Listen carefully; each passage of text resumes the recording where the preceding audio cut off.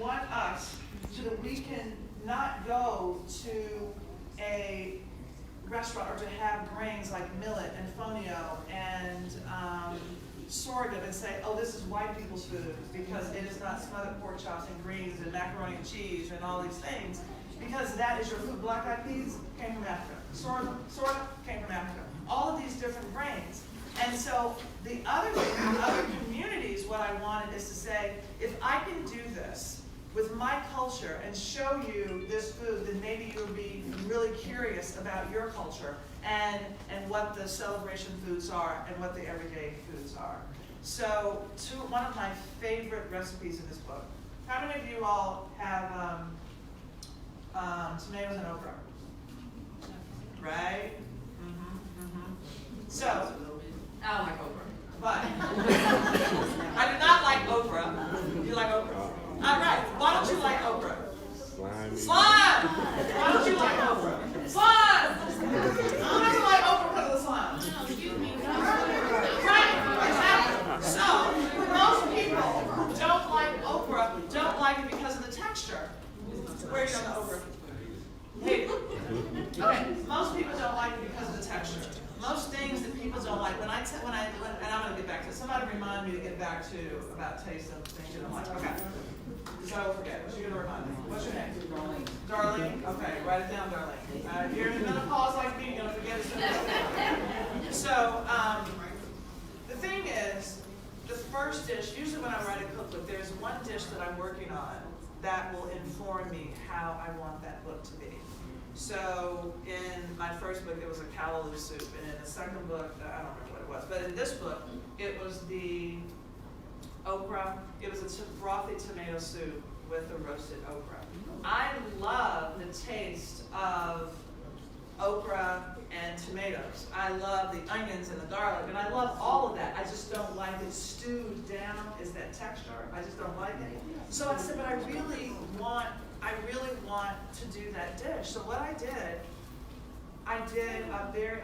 my aromatics, onions, garlic, some thyme, a bay leaf, I'm sauteing that. I add in water. I use a lot of water in this book. You don't have to buy stock. Because if you add cold water and then you bring it up to a boil, you actually make it a natural stock. So I have that. So what do you all see in the pot? I'm seeing if you all paying attention. Aromatics. Garlic, right. onions, Bay leaves, right. Thyme. Water, right. So that comes into a boil. Then I put in fire roasted tomatoes, canned tomatoes. But you can do like regular, but with the juice, right? Diced. So salt and pepper. You have to season. I mean, y'all know how to season. I know some of y'all using too much Lowry's, but you can come on back on that. Lemon pepper and stuff. Come on back on it. Okay, that's good. But salt and pepper. And then when that gets to be delicious, it's going to take about, and it's brothy. It's not stewy. So now you have this brothy, beautiful water, right? But then with my okra, I take the okra, I cut them into coins, about a half an inch thick, toss them in oil, salt and pepper, and go into a really hot oven. So the oven's at 450 degrees on a sheet pan into the oven, and they're going to get charred. That's how you do yours. I see you. Confirmation. So, and they're going to get charred, and there's flavor in the brown. There's nothing like not getting the brown. If you don't get the brown, you're not going to have flavor. You have flavor in the brown. What? Okay. So, flavor in the brown. So those come out. Those sit aside. And then when I get ready to eat, even if I'm eating later that day, or if I'm deciding to eat this pot of soup the next day, so I heat this pot up. And in the bowl, I put that soup that's really brothy. Then I take that okra, drop it into my soup in the bowl, not in the pot, because then they're going to get soggy and stuff. And then all of a sudden you have the texture from the okra. The okra, just even if it's 4 or 5 pieces, it permeates the broth.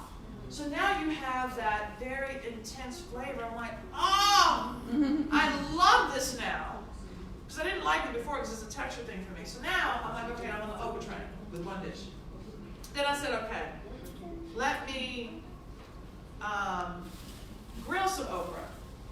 So slice it lengthwise, you get a hot pan, you get a grill pan, and then you get olive oil, and then the barbecue spice, and then you grill them, and then you toss it in that spice. Delicious.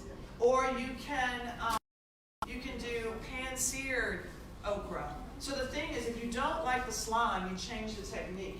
What you don't do, whenever you are, Darlene, I'm coming back around. So when I judge a lot of cooking competitions, and people say to me, this girl asked me this, TSA agent, because you know you're a captive audience with them, so they don't let you through. So they have a question about cooking, they just hold you up. They just hold you up in the line, they don't let you through. So she says to me, I never hear you say on any show that you're judging that something is nasty. And I said, you never will. Because what does nasty even mean? You don't use that word for food. That's right. You don't use that word for food. Because if I like it and I think it's yummy, and you come and say it's nasty, why are you yucking my yum? What are you saying about me? Are you saying that I have no taste? Right? So, but also nasty doesn't describe anything. A lot of times when we say we don't like something, we turn up our faces. You have to ask yourself, why don't you like it? Is it texture? Is it taste? Is it too spicy, too sweet, too acidic? Like, what is it? And ask it, and the same way goes to why is it delicious? Because that is not a descriptive word either. Delicious tells you nothing about a dish. And so sometimes that when you're eating something, to know if you're going to eat it again or add something to it, you may like an ingredient, but it's the technique that has been used to cook the ingredient. And I know in the South, being from Tennessee and you know, from Nashville, we would fry a lot of things. A lot of times people like, you know, if you don't like a vegetable, just coat it in something and fry it. I mean, I think that's a cop-out. I mean, really. But I will say, if you don't like a vegetable, or if you haven't had it before, if you cut it up, toss it in oil, and either sear it in a pan or throw it in the oven, high heat, fast, it will give you a better idea of that vegetable. And so our roots and what we have done, and I want to mention this, and if you don't have tomatoes, I'm not going to say, because I don't want you to throw tomatoes at me. But two things. And when I talk about this book, and the more that I found out about our history through the African American Museum, it was about finding out why I should be proud of who I am. You know, we have a lot of museums in D.C. You all have a lot of museums here. And when people get really caught up in slavery, and they're like, oh, you know, we were slaves, and I don't want to, I'm not picking cotton and rice and all of that. But when you think about why these particular slaves were chosen, they were chosen because they were grow stock. They were literally chosen for their skills. Imagine if somebody came right here today, because I don't know, we could all write. We were all really great writers. And somebody came in today and said, you know what, I'm going to take all you guys because I have a book I'm going to write, and they don't pay you, but I'm just saying, you see I'm using that example. And they take you because they know that they're going to make money because of your skill set. Black people in the room, if you think about that, it is less, I'm not saying that it was right, but when you think that you come from a stock of people who were taken for a particular reason, we can't do anything about the past. If that seed lives in you, about why that you came from greatness of these people, then you can go on and say, well, look, be a badass, right? And that brings me back to, I went to this restaurant, and they had these cotton plants on the table, and then some of their customers were coming like, oh my God, the black people, oh my God, why do you have cotton on it? I mean, that's this derogatory, and just bringing all this back. No, this is a farm. We were farmers. It is a black person who's growing the cotton, and they have maintained the skill of growing cotton. Unless you are somebody who doesn't wear cotton clothes, okay, then you're being a hypocrite. But if you do wear cotton, why not get it from some place that you know where it comes from? So his company is Black Cotton, right? You gotta get an amen. Amen. Okay, at a church up in here. But anyway, so this book is really about pride. No matter where you're from, no matter what your background. being very proud of your food and sharing that food and sharing it. Right now, I've been reading Rachel Ray's book, and she's of Italian descent.